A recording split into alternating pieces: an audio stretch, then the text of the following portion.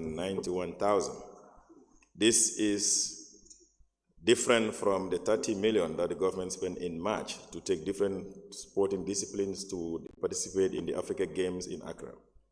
However, there are some associations whose requests we couldn't support because they have not been able to maintain proper association as required.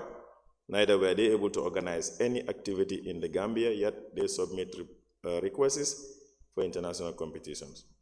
Honorable Speaker, I want to add that the ministry strives to ensure that its program reach young people everywhere in the country. To this end, I am happy to inform this August Assembly that the ministry have just validated the Gambia National Sports Policy 2024 to 2034. The overall goal of this new policy is to provide guidance and clarity on the governance, management, financing, and development of sports in the Gambia. The policy also dictates that the international participation, or while international participation is important, the country lacks the necessary basic infrastructure and equipment to ensure athletes' talent is developed. In this case, the priority for the ministry moving is to prioritize utilization of the meager resources to develop local infrastructure over international participation.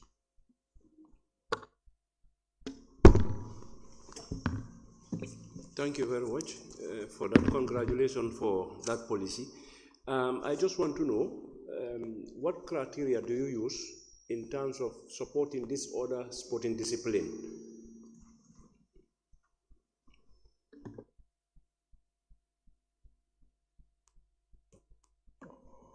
One of it is that they must be active, because there is a requirement according to the policy that an association must be existing in 4 regions in the country. But what we have done also now is to request associations to organize local league or a local competition or a local championship before they can even select a national team. And some of them don't do that. They just want to go and participate at the international level when in the country they are not doing any activity that anybody knows about. So that's one of the requirements. Secondly, they must also meet the requirements of the National Sport Council, which is that they must have conducted their AGM when it is due, and they must be able to give updates of reports and other activities that they're doing. If they do, most likely we do support. Thank you once again. Yes, as far as the Sports Council is concerned, what is the role of the Sports Council in terms of such sporting discipline to organize them so that at least they can perform like the football sector, how the football fraternity is going on? Mr. Speaker, yes, there is a little difference in terms of the mandate of the Sport Council. These associations are private. They are not government, neither are they related to government in any way, because their stakeholders are private organizations that come together to form them. Government's responsibility is to create the policy environment and to provide financing when it is available, as well as the infrastructure. But what happens at the local level, at the organization level, is purely based on their own thinking and their membership and what the aspirations of the members are. That's what they do. Sport Council has very little to do with the internal management of any of the sporting associations in this country. Honorable Member for Talending Kunjang. Thank you, Honorable Speaker. Honorable Minister, I'm concerned about the mode of support to these local teams, local football entities. In your reply, you've adequately informed us about the support you've given some of them in regards to their international activity. But locally, what form of support do you give to these sporting disciplines?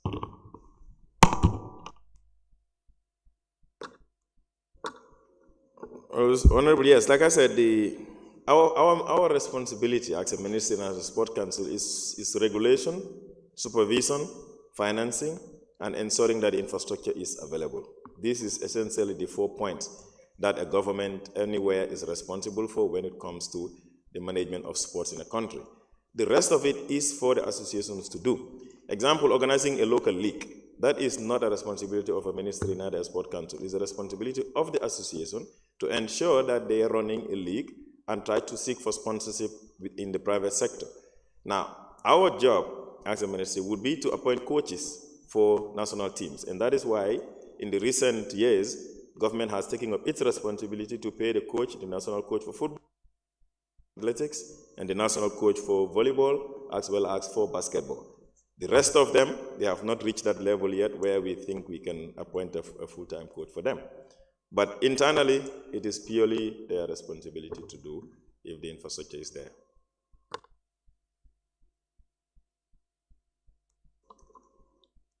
Thank you. I withdraw.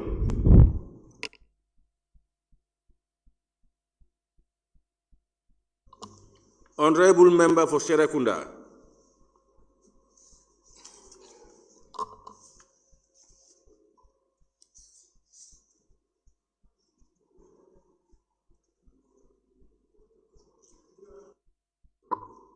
Okay. Thank you very much, Honorable Speaker, and thank you very much, Honorable Minister. Given the level of juvenile delinquency in our communities as a result of the disengagement of the youth, does your ministry no, you've said that you have these policies. Does these policies outline the standards of the sporting facilities and the need to provide such facilities in our local communities? Thank you. Honorable Member for Jesuam.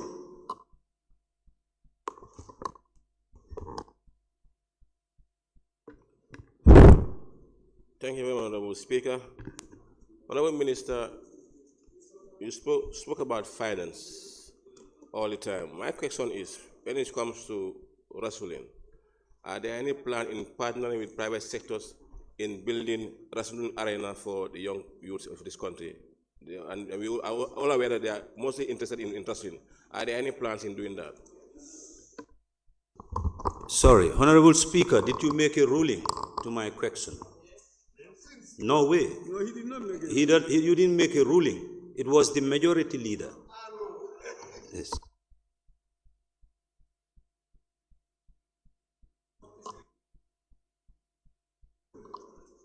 I made a ruling. When you finished, I said that's substantive. That was a substantive question. It's not the majority who said that. Oh, I did not say it.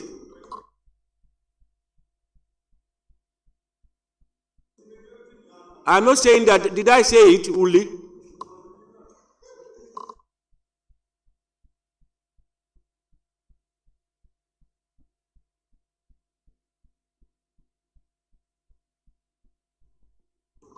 Honorable, can you continue, please?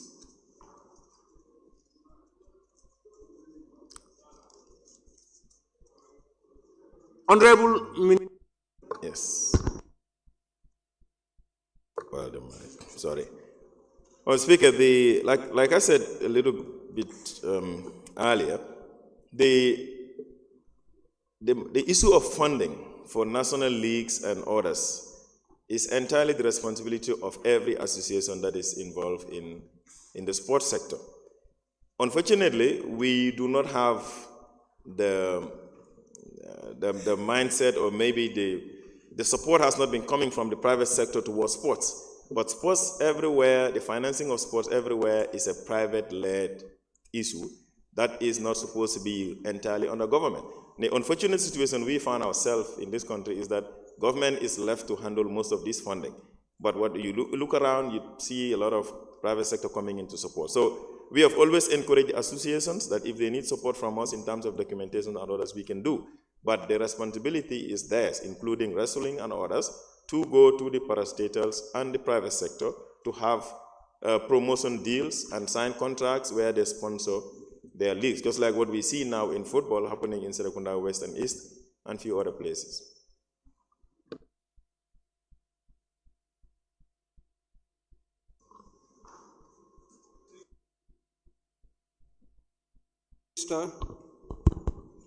For support to National Sport Association,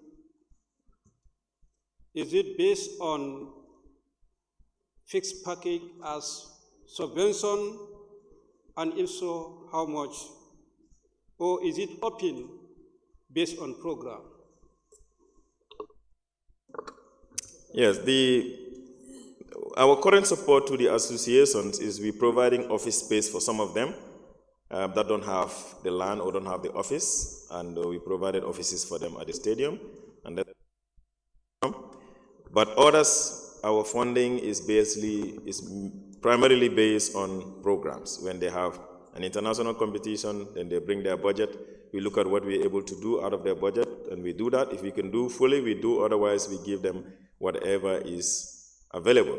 Now, recently, we've shifted a bit when it comes to basketball, because we realized that basketball was no longer very active as it used to be. So we went beyond the tradition to provide some support for them to train their coaches, train their referees, and others. But that was meant to ensure that we bring it back to the level that it was before. But the normal thing is purely program-based. Thank you very much, Honorable Minister, for Youth and Sports, for those answers provided to questions by honorable members. Thank you very much. Pardon? To inform the August Assembly that the National Youth Conference and Festival, which is NACONF, is held biennially every 2 years. It's coming up this year and is going to be hosted in the Kanifi municipality.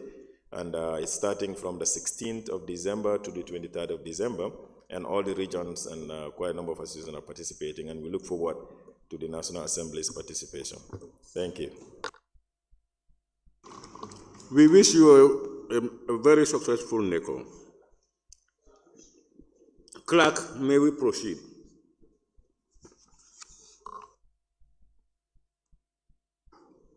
Thank you. Question for oral answers. Continues the Honorable Minister for Tourism and Culture. Thank you very much. Honorable Minister for Tourism and Culture, you may take the podium. Okay.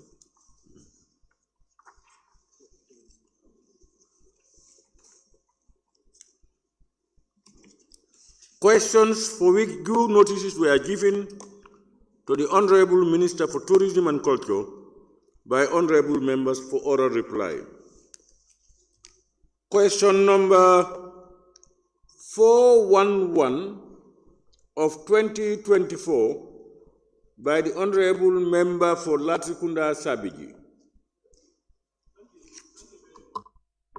Thank you very much, Honorable Speaker. Honorable Minister,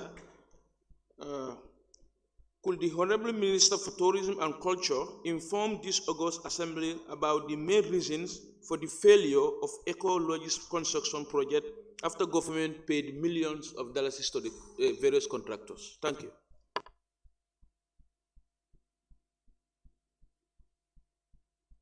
Thank you, National Assembly Member for Latrikunda.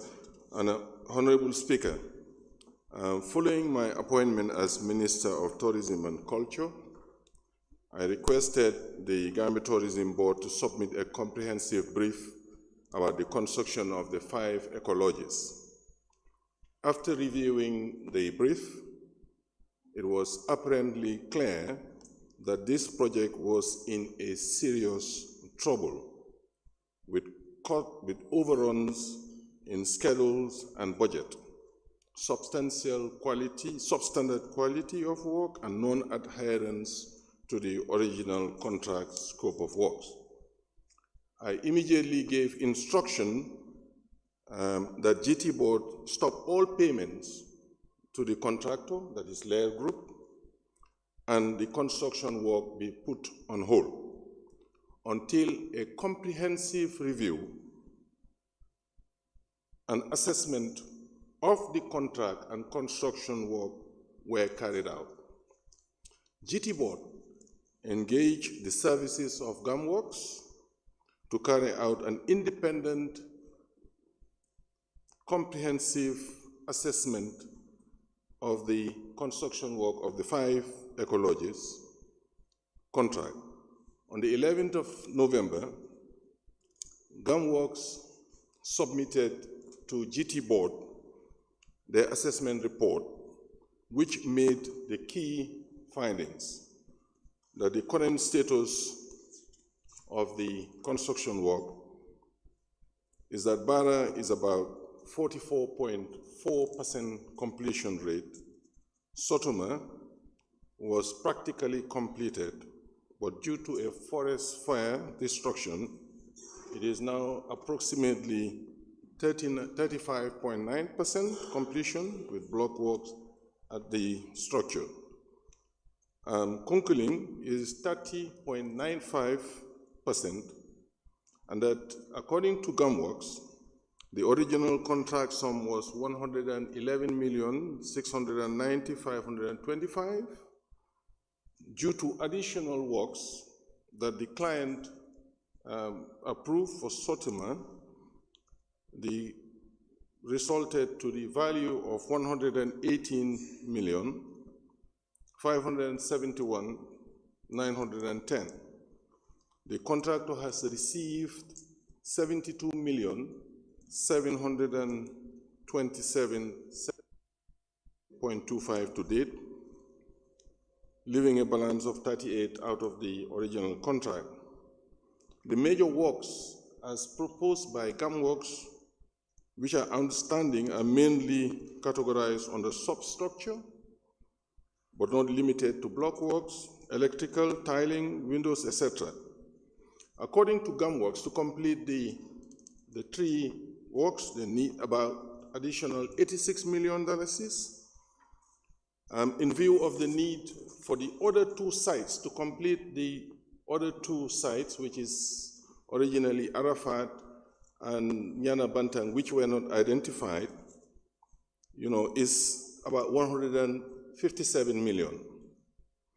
So Gumworks made certain recommendations and with respect to the ecologists. So as we speak, Honorable Speaker, GT Board is currently reviewing the assessment report and will submit its position after the governing board to the ministry. Subsequently, I will then prepare a cabinet paper and submit to cabinet to deliberate on the matter and provide the necessary advice and guidance as to what to be done. Thank you.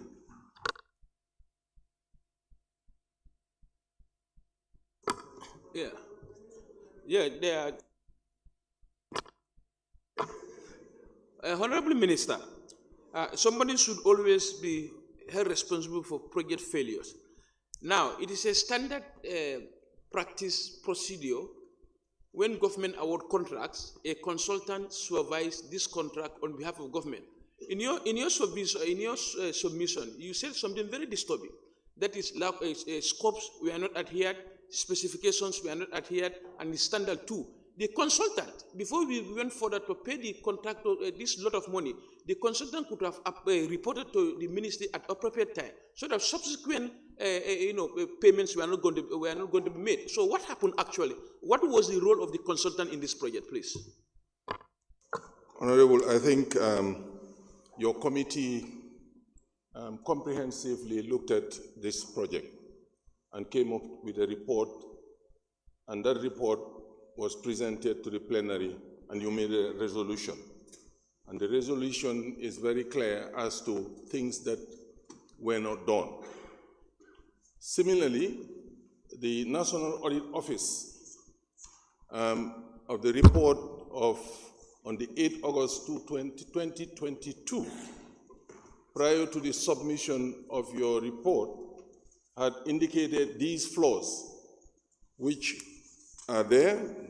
The report is here on the 24th of August, and I think these are the problems that were identified in the execution of this project, from the procurement to the contract signing, as well as the execution.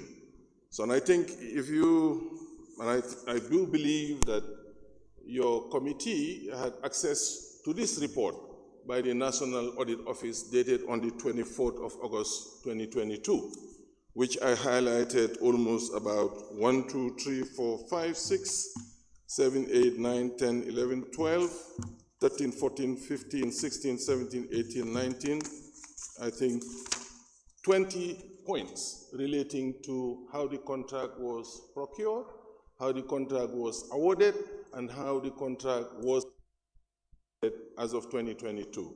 So these are issues that, once we receive the position of GT board as a ministry, I will present to cabinet for the right decision to be taken.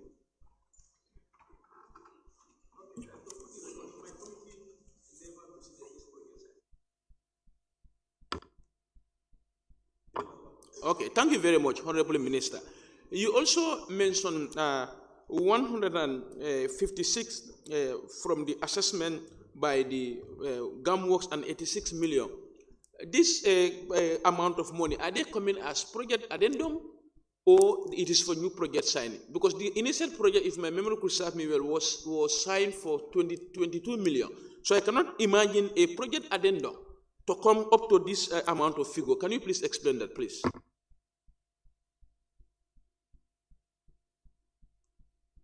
What I said is different from what you are saying.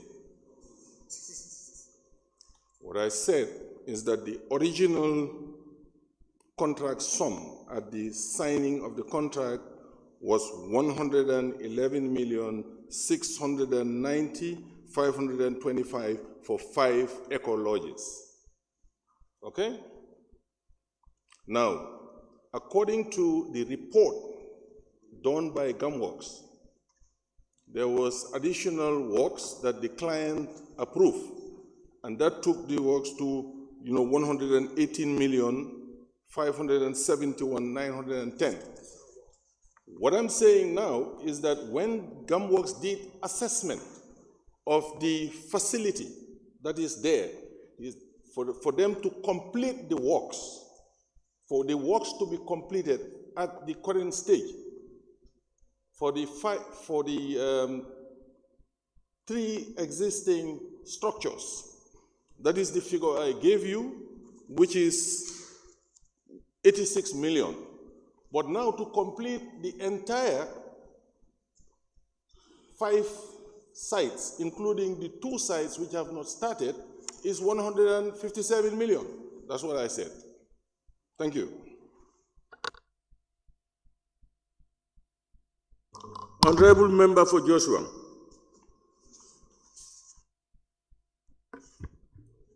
Thank you very much, Honorable Speaker. Honorable Minister, you made mention about the figure that was the initial sum of the contract of 111,695 as the initial sum. And then the amount received by the contract is about 72 million, almost 73 million. After the assessment, there's an extra 86 million that is to be added to the contract to complete those 3 sites. That the question is, what is the current status of the contractor? Are you still engaging the contractor? And at the initial insertion, the gap between, because the contract is less than 50%, as he has gone, and the amount received is more than 50%. The certificate is more than 50%, and the contract is less than 50%. What is the current status of the contractor? No, as I said, when I assumed office in March, I requested GT board to give me a situational report, which they did. As an engineer, I read the report, and it dawned on me that this project was in trouble. Then I instructed that they stop all payment to the contractor. And they wrote to the contractor and stopped all payment. And I also told them that all works on all of the 3 sites must be put on hold. And they did. So the contractor is not working. Yes. But that coincided with, I have visited the sites, and then I've seen personally what is on the ground, and what is on the ground, what I've seen corroborates what is on record. So now the contractor, as I said, you have the petition committee has submitted a report to the plenary and you have made a resolution. Additionally, there is a report from GAMWORKS, which is an assessment, an independent report, which is corroborating what has been put in the report of the petition committee. So my responsibility as a minister is now to collect everything and then present it to the government, for the government to make a decision. Honorable Minister, I think I have to remind you and the honorable members that for supplementary questions, honorable members have 1 minute and the honorable minister has at most 2 minutes to respond.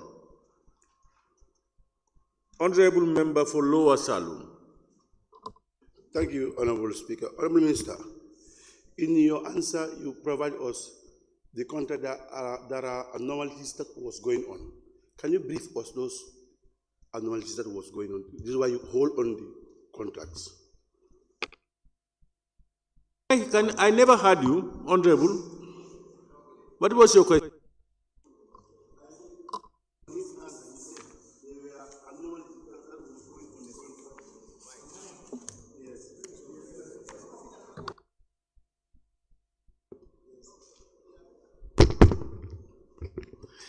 Yes. On his answer, he said the contract, he put them whole, the two sides and the other contracts, because there were anomalies that are ongoing. That was the reason why he put them all. I asked him now, what are those issues or problems that you have seen in the contract? Honorable, thank you. I will refer you to your own resolution, okay, of the plenary, and also the Standing Committee on Public Petition, which is here, and the report on the petition filed by Gambia Tourism Board concerned staff.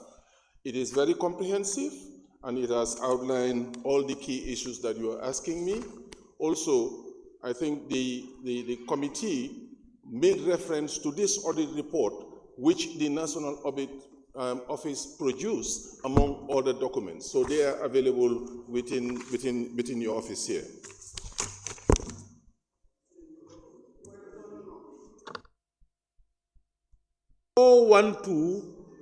of 2024 by the Honorable Member for Serekunda.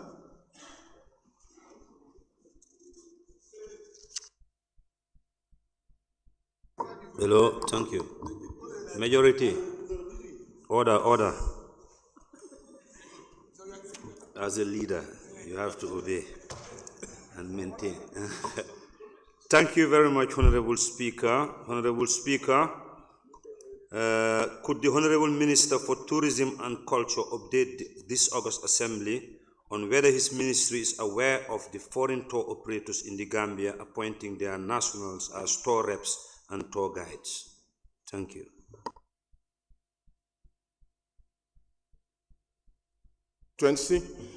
Honorable Speaker, the Ministry of Tourism, Arts and Culture, as our name is currently, and based on information provided by the Gambia Tourism Board, is now aware of foreign tour operators appointing their nationals as tour reps and tour guides.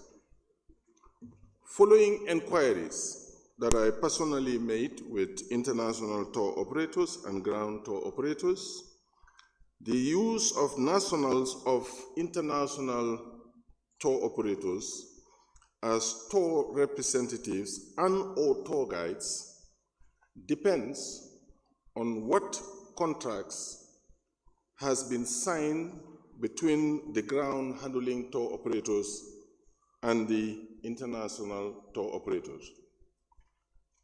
In some cases, the tour representative is a national of the international tour operator and works directly for the international tour operator.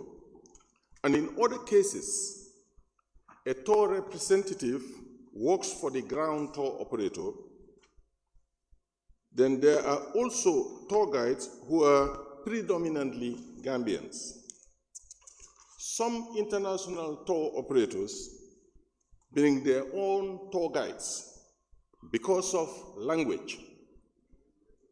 And then tour representatives are also, those tour representatives are also tour guides. I'll give you an example, Rainbow Tours, which is from Poland. They're Polish. And they bring their own tour rep as well as their own tour guides of their nationals, because most Gambians don't speak Polish. So, and they are our guests. So this is something because of the barrier. But the government policy is to encourage international tour operators to train and employ Gambians as their tour reps where possible. And an example is Gambia Experience, Serenity Tours. You know, the Gambia Experience registered here uses Gambians as rep, as well as tour. And tour guides are principally Gambian nationals. Thank you. Thank you very much, Honorable Minister, and thank you very much, Honorable Speaker. In most tourist destinations, I would cite an example of Senegal as a Gambian tour guide. And tour guiding is all about information giving. And it is evident that we, the Gambians, can speak different languages and we know our history better. For someone to come from outside of the Gambia and giving information about the Gambia could be very misleading. So have your ministry also learned from our neighbor Senegal that you can take tourists to Senegal, but you will be guided by a Senegalese national to encourage to create more employment for the youths. Did you understand my question? Have you learned from our neighbor Senegal, for example? In Senegal, a foreign national cannot guide in Senegal. You must be a Senegalese to become a guide. So have your ministry considered such practice in order to promote or create employment for our youths? Honorable, thank you very much. As I said, in response to your supplementary, is that tour guides are principally Gambian nationals. That is a given. There's no doubt about that. There's no two words. But what I'm saying is, where you don't speak Polish or you don't speak, we don't have Gambians that speak Russian. For example, here, if you are Swedish, we have a lot of Gambians that speak Swedish or Danish or Norwegian. That's not an issue. Then it is expected that they will use Gambians, because it even makes sense for the international tour operator in terms of costs to use a Gambian than you bring a national to be a tour guide. But if it is you have Polish nationals that are coming from Poland and we don't speak Polish, and then how are you going to force a Gambian that he has to be a Gambian? That doesn't make sense. So, but the issue is predominantly Gambians. But then where there is a language barrier, then in that case, it is up to the international tour operator to make sure that the guests and the tourists that they bring here have somebody that they can talk to. Thank you. Thank you very much. To cite the police as an example is a drop of water in the ocean, because it's just the police, but I'm talking of the greater good, that is the Germans, the Swedes, the Norwegians, you know, and there are Gambians who can do that job. And best practice in the sub-region and even in the South Americas or even in Europe, you know, a foreign national who doesn't have a history background of that country cannot guide. That's my point. I think that was answered. Can you come out with your second question?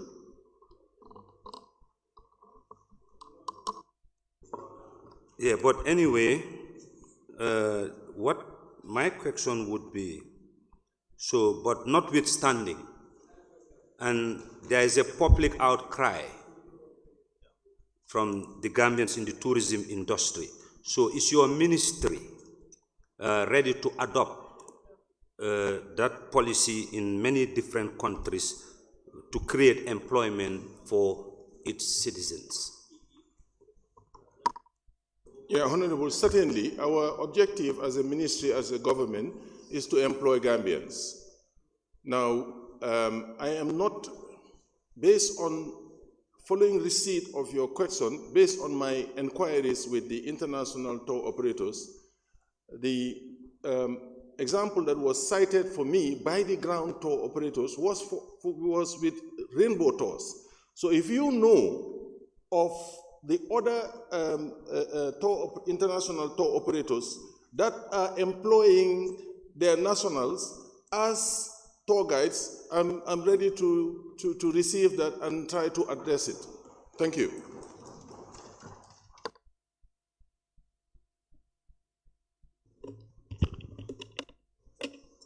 Yes, thank you very much, Honorable Speaker. Honorable Speaker, would the Minister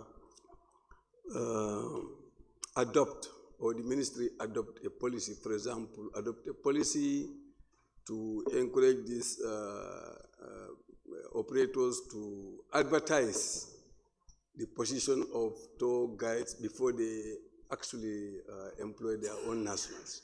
Would you adopt that as a policy? Thank you.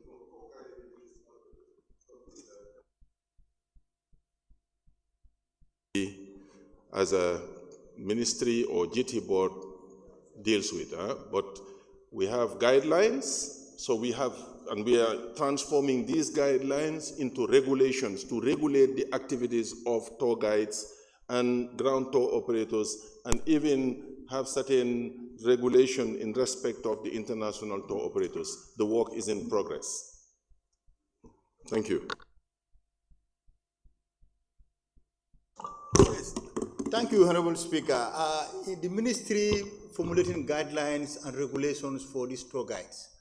That makes it more relevant with regards to what the mover of the questioner is trying to say. You've raised a very critical challenge. Tourists coming from destinations who cannot correspond in English, they come with tour guides. But wouldn't the ministry consider, looking at the fact that guiding also requires certain local information for the tourists, to put it in the regulations or policies that the guides coming should be accompanied by local guides as well, so that they translate what the local guide is saying. They don't necessarily have to know Polish or Swede or German, but they can speak, the other guide translate in the other language, so that we safeguard the information that the tourist is going from here.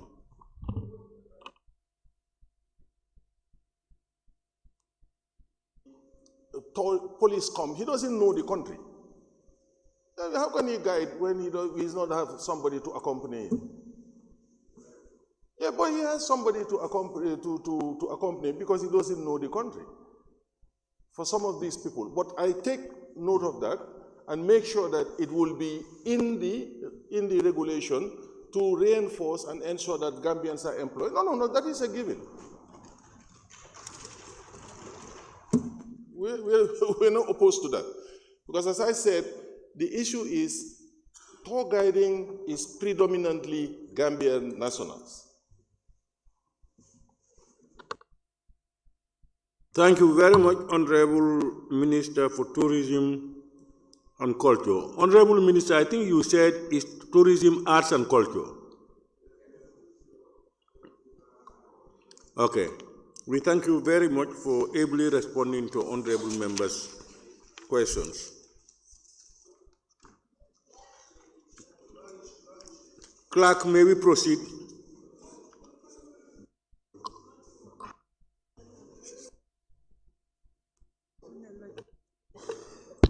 Thank you. Question for oral answers continues. The Honorable Minister for Agriculture, livestock, and food security.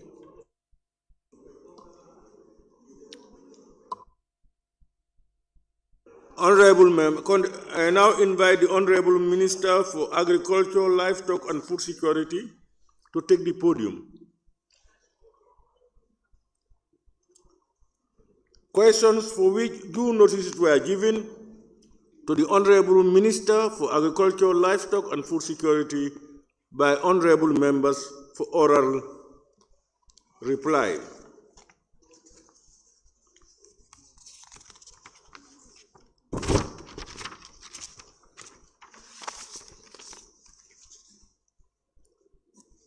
Question number 426 of 2024 by the Honorable Member for Latrikunda Sabiji.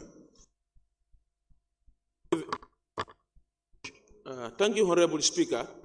Honorable Minister, Honorable Speaker, could the Honorable Minister for Agriculture, Livestock and Food Security inform this August Assembly if there is any standardized format or template that his ministry utilizes for project closure reports, which includes project objectives, outcomes, challenges, and recommendations before starting a new project in the same intervention areas?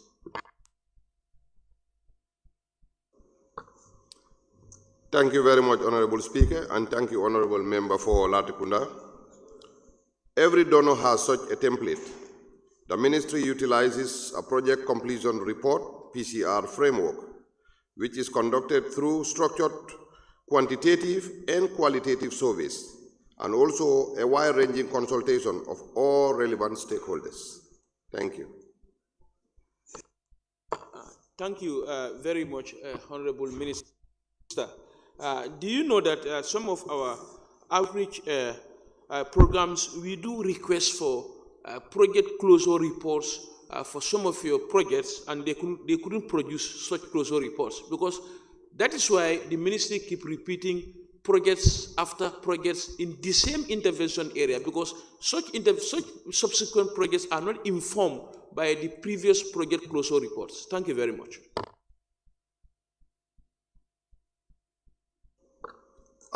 Thank you, Honorable Member. Actually, every project that closes has a project closure report. It is, yes, a new project may be intervening in the same area, but like the Roots project currently intervening in areas where NEMA project operated, because there may be some incomplete works that the new project must undertake. For example, the gardens that Roots is working on some unfinished NEMA projects. However, every project that is completed has a project completion report. Thank you. Honorable Minister, can you supply the National Assembly the project closure report for NEMA project, please? NEMA, specifically. Thank you. I will endeavor to elicit the report from the CPCU, and if it's available, it will be supplied to the clerk of the House.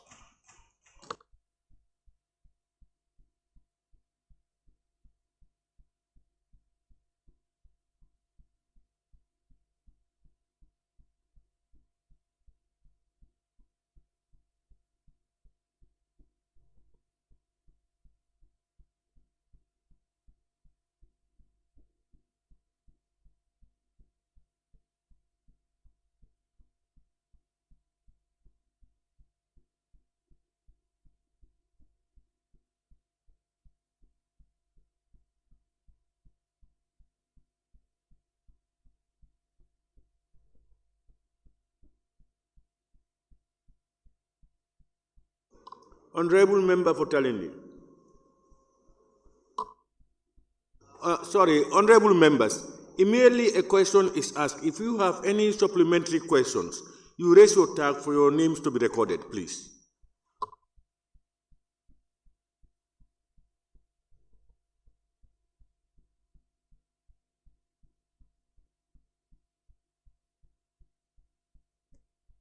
Phase out without completing its project objectives, or what does that mean?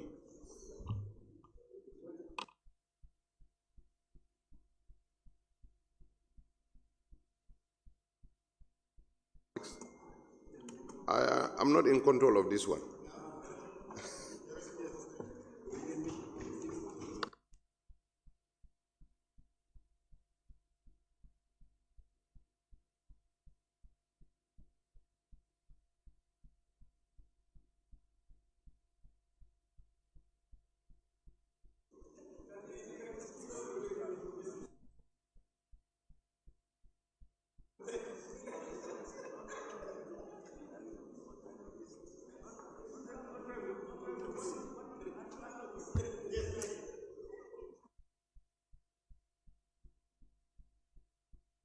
I answered your question because you said, go ahead and repeat your question so that you can have a clear answer.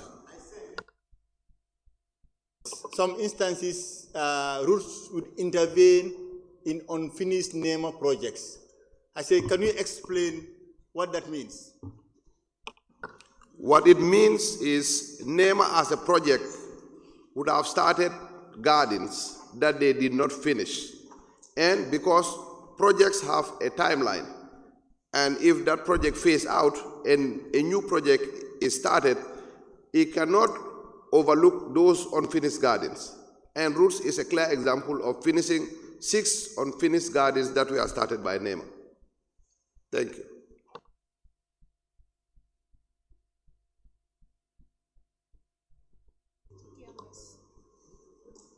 Honorable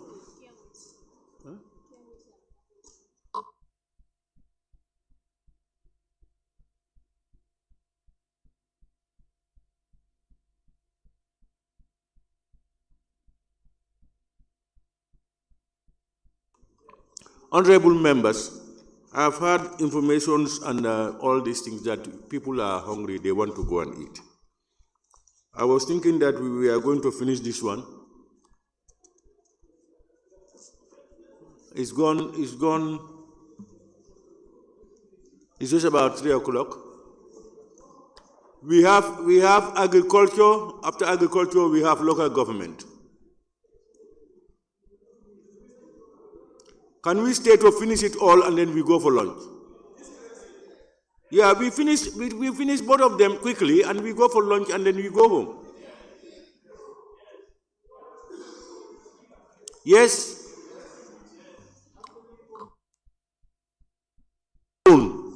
This is what I'm saying. People said we break now, others said we wait until after this one, and others are saying we do all and then go for lunch and go home. We have this one and local government. We have heard you already. You have said yours. Let's hear others. Huh? No, I'm not talking to you. I'm talking to Sami. Sami said what he wanted to say. I don't know why he's raising his tax.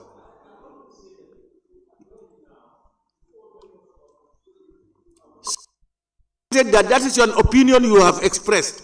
Let others express their own. This is what I'm saying. Yes, Honorable Minority.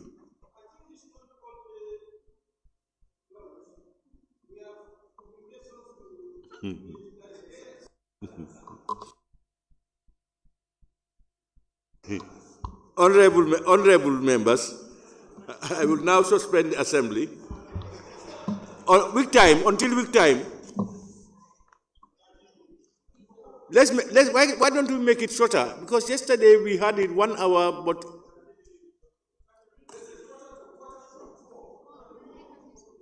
pardon?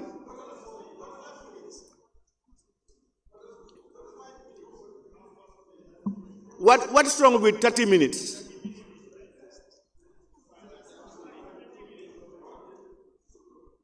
Can we have 30 minutes? Are you comfortable? All right, it's adjourned until 15:30. Sorry, it's suspended until 15:30.